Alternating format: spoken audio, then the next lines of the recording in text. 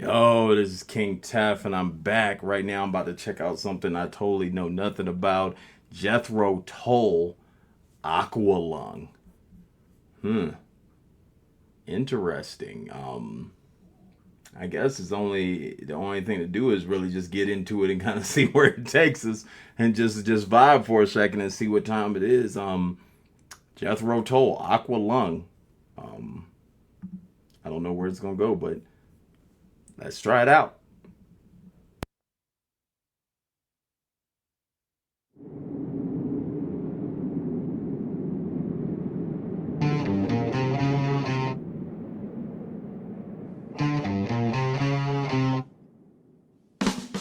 Sitting on the park bench, eyeing little girls with bad intent.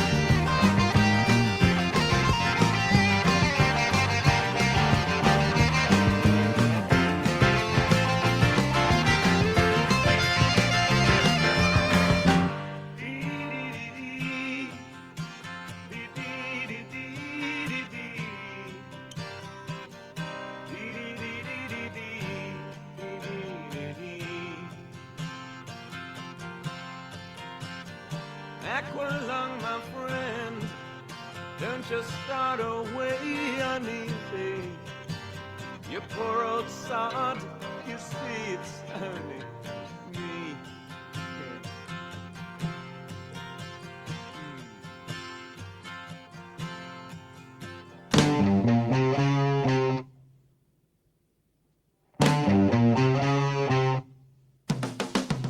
Sitting on the park bench, eyeing little girls with bad intent.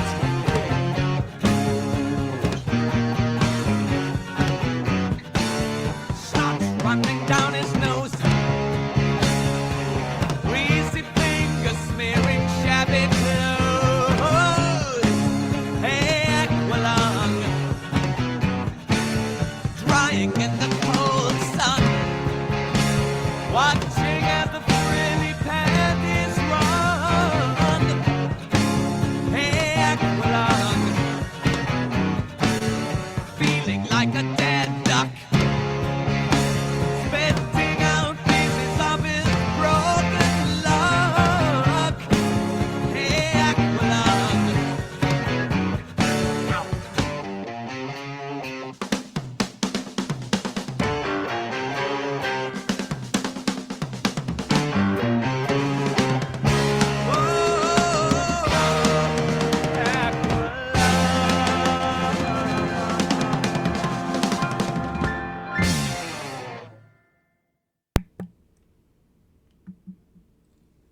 That's a dope full piece of art right there. I like the changes in the tempo changes and also the different sounds at different pieces, like the up and downs and ups and downs and ups and downs, almost like the ups and downs of life.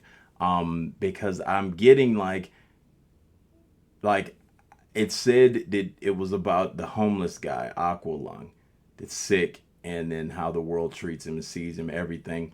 I took other things from it, which of course art is. As artists, they have specific things they write, but they also want people to take from it what they take from. Um,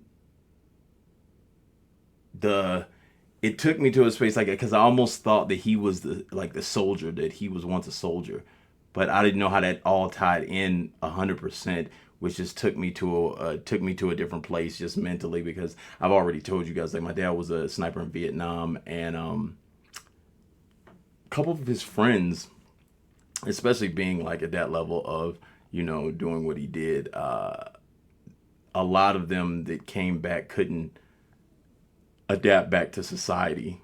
So it just hit me there with like a couple of, because I knew a couple of them.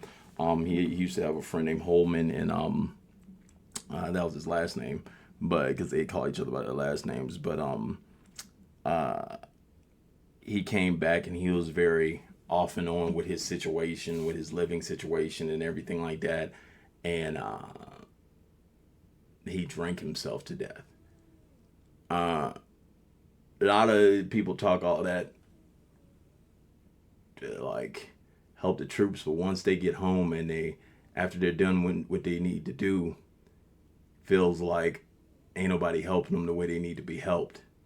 People scream that stuff all the time, but see, I sit right next to it because my dad's like that. And it's just lucky that he was in a space that he was able to come back and adapt very well. And even though with all the things he's done, he's been able to adapt very well. And he said he always told me, he was like, if he never had kids, he would have never had a reason to, because he had us way after. So it was going to be a downhill, and then my brother's like basically 9 years older than me. So then I was later on, but then he had him, and that's what kept him running. And then he ended up having me later on, and then and plus him and my mom, they've been married the whole time. But yeah, that just took me into a weird space with the idea of like how they, like, some of these vets will be homeless, and it's just crazy to see because it's hard to get them like enough help to adapt back to society. And the way he was talking about this homeless man, it just took me to that space. You know what I'm saying? Because I've seen it so much. My dad's, some of his friends, and some of the people that I've just seen on my own. It's just crazy how the world treats it and lets that happen. Yeah, it's just a crazy story. And then going to like VA with him and everything like that. He always tells me about stories about dudes that were too scared to come home because they knew they couldn't adapt back. And so they would let themselves go overseas, and they would either commit or, you know what I'm saying, just let go. And dudes that had like wounds, they were just like, I can't go back home to let my family see me. So then they would actually say they were dead and just didn't want their family to see them like that. And it's just crazy to think of like those war situations and those ideas that create some of these. Because even when he got back, he always feels that like people looked at him different because of the things he did. He did a lot of things. Like if people knew the numbers, like he knows the numbers, and he said them to me, which I rather not share. But it's because he was a sniper. He's a Green Beret. He's Special Forces, Ranger, and demolitions expert. So when you go and you do all that in war, you come back, and he was like, the crazy thing is how people look at you. He's like, people say all that, like, but personally it's not like that. And he was like, they'll say you're not religious because of the things you did. They'll turn against you in your personal life, and but yet everyone will scream, you know, the thank you for your service. But then it's not like that, and that's what that took me to. And I don't know 100% why, and maybe I'm just going on a tangent, which I apologize. But that's where that took me to, because I seen the soldier, and I seen the homeless dude, and then the way he was explaining it and everything like that. It just took me to that spot. So like, comment, subscribe. Let me know more from Jethro, because that was a dope piece and it just took me somewhere. So that's what it's all about with music. So let me know more about Jethro, and we keep it going.